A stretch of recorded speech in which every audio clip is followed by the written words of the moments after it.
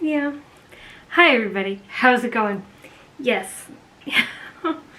I know that this video is going up a little bit late. Oh no. You're about to die. The battery's about to die, not you.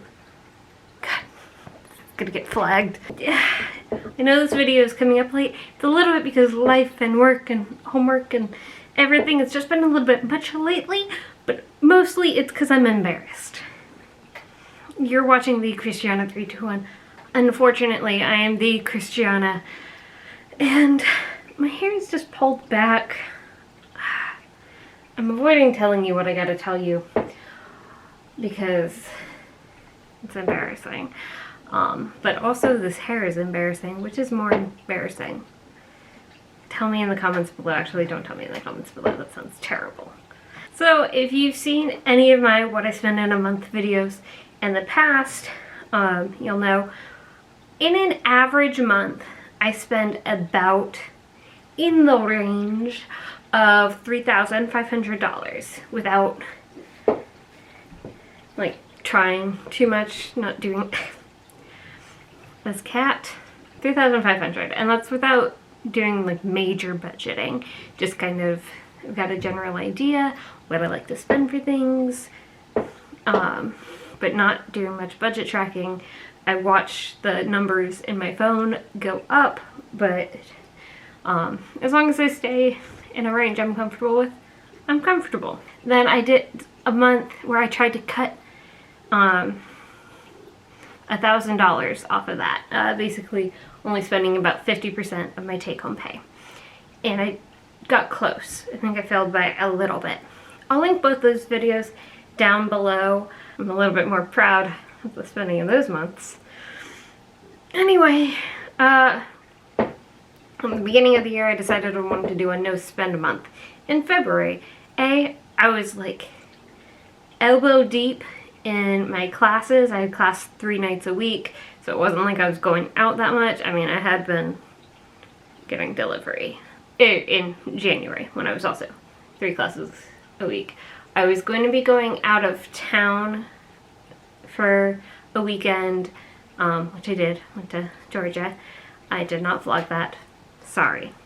But also, like, my boyfriend is having a warehouse sale, and so whenever he has a sale at his work, that's like 2 weeks, so we're not going out very much. I think we normally go out maybe once in there, and then I make him food at his house a few of the nights just to make sure that he's eating during the sale.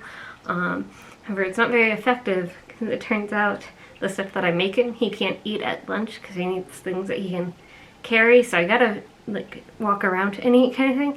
So I gotta figure out some new recipes. If you've got any suggestions of things that you can eat for dinner, and then the leftovers are things that you can just like, you know, carry. This, I like sweatshirts that do this. This one did not come like this. A hole just naturally appeared here, and I'm taking advantage of it. I may have encouraged the hole once it started. Alright, let's get to what I spent. Alright. This month I split everything up into 5 categories. Overhead, which is my like monthly necessary bills, rent, utilities, car payment, phone, internet,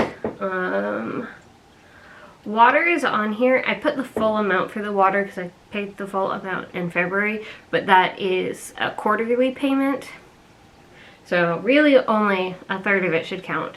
But so all of that put together, is $1,840.75. So we're already close to $2,000 just with like my bare essentials. Some of those I could probably cut down. Like I know I could probably negotiate down my phone, internet, and I've been told my car insurance is rather high for someone who has a fairly good driving record and like in all of the categories for a safe person. Category number 2 is subscriptions. So if I were trying to like actually cut my budget, this is definitely one section that I would be cutting from. But just doing a no spend month, I didn't want to try and like pause everything and then try and get them back, and then I didn't want to deal with that just for a 1 month no spend. So it is what it is. So in my subscriptions, I've got my gym membership, which is $10 at Planet Fitness. I've got Audible, which is $15 a month for an audiobook, which I listen to a lot of audiobooks, even without the commute. Like, it's less than I used to listen to, but I still, like, basically anytime I'm in the car, it's either a podcast or a audiobook. Or Taylor Swift. It's one of those three. Vanderbilt. So if you don't know, I'm a grad student at Vanderbilt University for a couple more months. And so this is my monthly like interest for my loan. I did my loan real weird. I don't recommend it, so I'm not going to talk about it. If you want to know, let me know, and maybe I'll talk about funding for my master's program. Would that be interesting to any of you? Are any of you thinking about getting a master's? I swear, I washed my hair today and then I just let it dry in the worst way possible, which means that washing it, I mean, like, it's cleaner, but it does not look any better. But it's getting cut and dyed this weekend, so I'm excited. Alright, so the Vanderbilt interest sort of fee thing is $76.82. Hopefully that's going away very soon. As soon as I pay it off, that goes away. And I'm going to be making a large payment on it here in the next month, and then it should be paid off, I want to say June, thereabouts, unless I have more months like this. Alright, then Adobe is what I use when I do edit. I don't always edit, but when I do, it's Adobe. Premiere Pro. Disney Plus, $11. Hulu, $2.10 because I've got the student subscription. A new subscription for this month is Chegg for homework help. And that was a moment of desperation, really. Chegg is very useful for learning concepts, but I totally could have learned it in a cheaper way, especially given how much I'm already paying for university. And then, so this last one is for my PMP. I am a certified project management professional, but in order to maintain that, I have to pay $140 a year, and that payment came up in February. I think like February 2nd or something. Could I have just paid this 3 days ago? But so that is for the whole year, but I paid it this month. So that's all my subscriptions. That puts us at $310.34. Alright, then gas. I got 2 tanks of gas this month for about $60.74. Which is really good, especially considering I drove to Chicago and back. Well, I drove to Milwaukee and back, and then I took the train to Chicago. And then my credit card information got stolen. It couldn't have been the train because I didn't use that credit card to pay for the train, so. What am I even saying? But yeah, so I drove to Milwaukee and back, and I drove to Green Bay several times. But I really don't drive very much, working from home and all. Most of my driving, if I'm not driving, not doing a road trip or something, most of my driving is me wanting to drive around the block a few more times to finish the chapter in my audiobook. I'm saving the worst one for last. But so groceries was next. I went to the grocery store 5 times. 3 of them were like regular grocery trips that were equal to about $370. It was really like getting food for the week. then one of them was we had a giant snowstorm come through, and right when I was coming through, the day before it was supposed to hit us, my thermostat was telling me that I needed to replace the battery, and I didn't have any replacement batteries, so I made an emergency trip to CVS. And then when I was at CVS, I purchased 2 other items that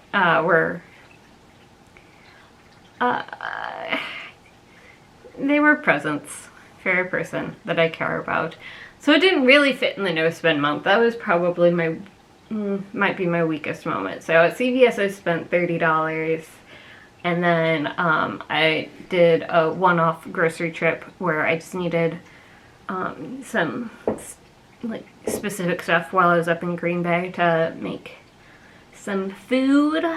And so that was another $30, bringing my grocery bill for my no spend month to $429.90. Those first 4 categories brought us to $2,640, which is about what I spent the month that I tried to cut my my bills in half. Or tried to cut my spending to half of my take-home pay, I mean. However, this last category is travel.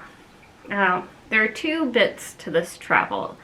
One of them I knew going into it, and so it was already kind of an exception for this, was my trip to Atlanta. I knew on that trip I was going to have to buy fast food at least once, needed to pay for a rental car, needed to I bought some balloons for the baby shower. Admittedly, I spent too much at the airport. So on my way to Atlanta, I had one layover on the way back. It was a straight shot. I did buy some food that was technically a gift. All of the airports in Wisconsin, you can buy some decent cheese, and there was a particular flavor that I thought my sister, the one who's pregnant, would enjoy. So, that's another one that maybe I shouldn't have counted. Or maybe I shouldn't have done as part of my no spend month. It's not like I hadn't already bought her many presents for the baby shower. So just in airport food, oh god, I spent $83. That makes me sick.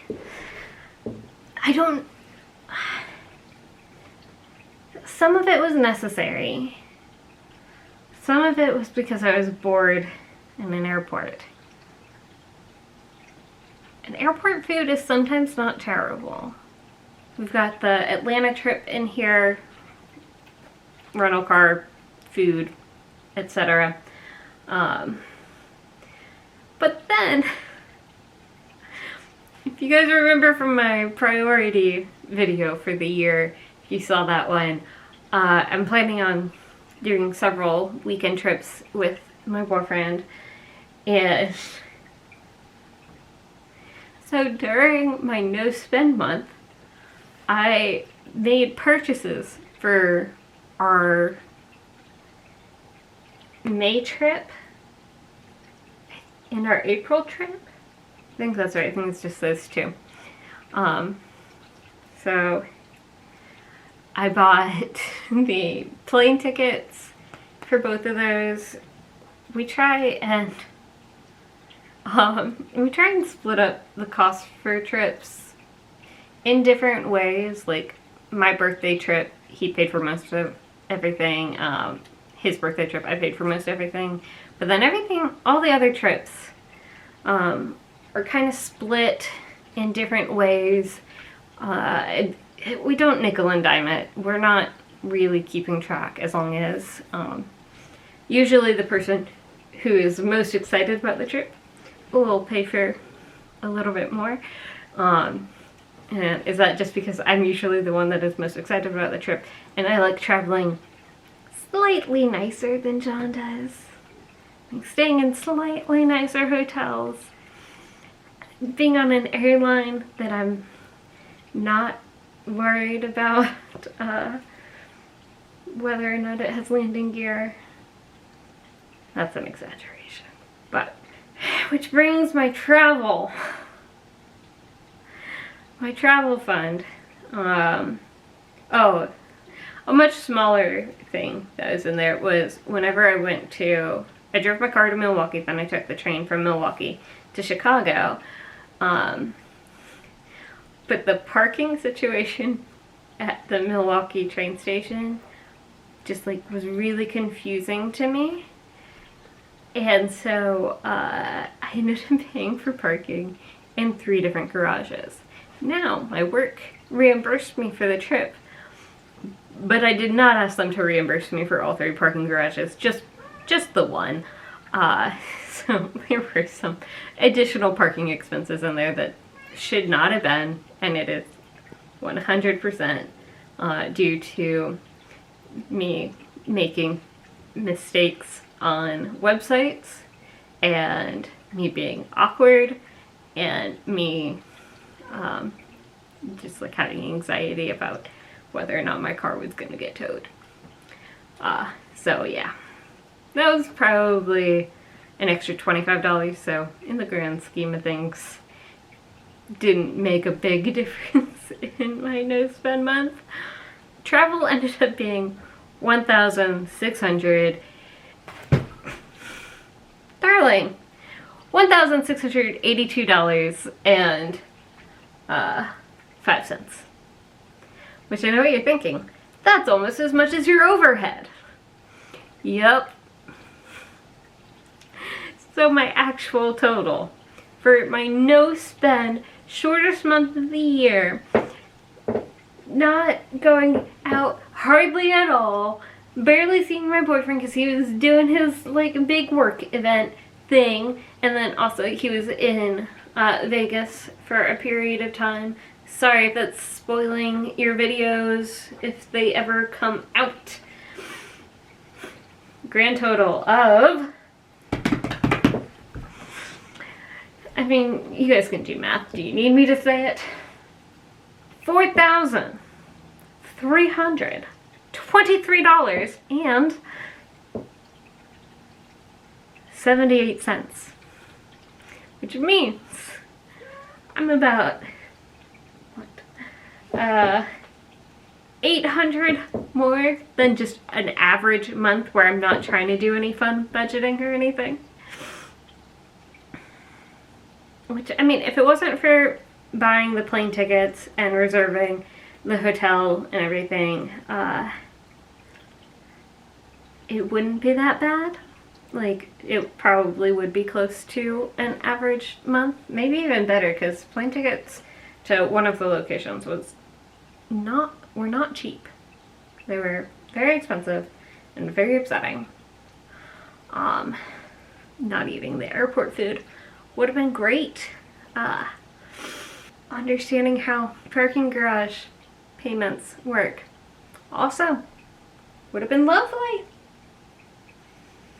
But I didn't buy any books. I don't know if that's a good thing though. I would have rather the books. I did think about buying a book when I was on my Atlanta trip or like in the airport, because I could count it as a travel expense as long as I read it on the plane or something. I did not do that. Alright, that's all I've got. Should I try again and put forth a better effort to see if I could do a no spend month? Maybe a no spend week. So I should have clarified at the beginning, I guess, but the goal was never to spend zero, because obviously I have to pay the overhead, I have to have groceries, I have to well, I don't have to keep my subscriptions, but I was going to keep my subscriptions.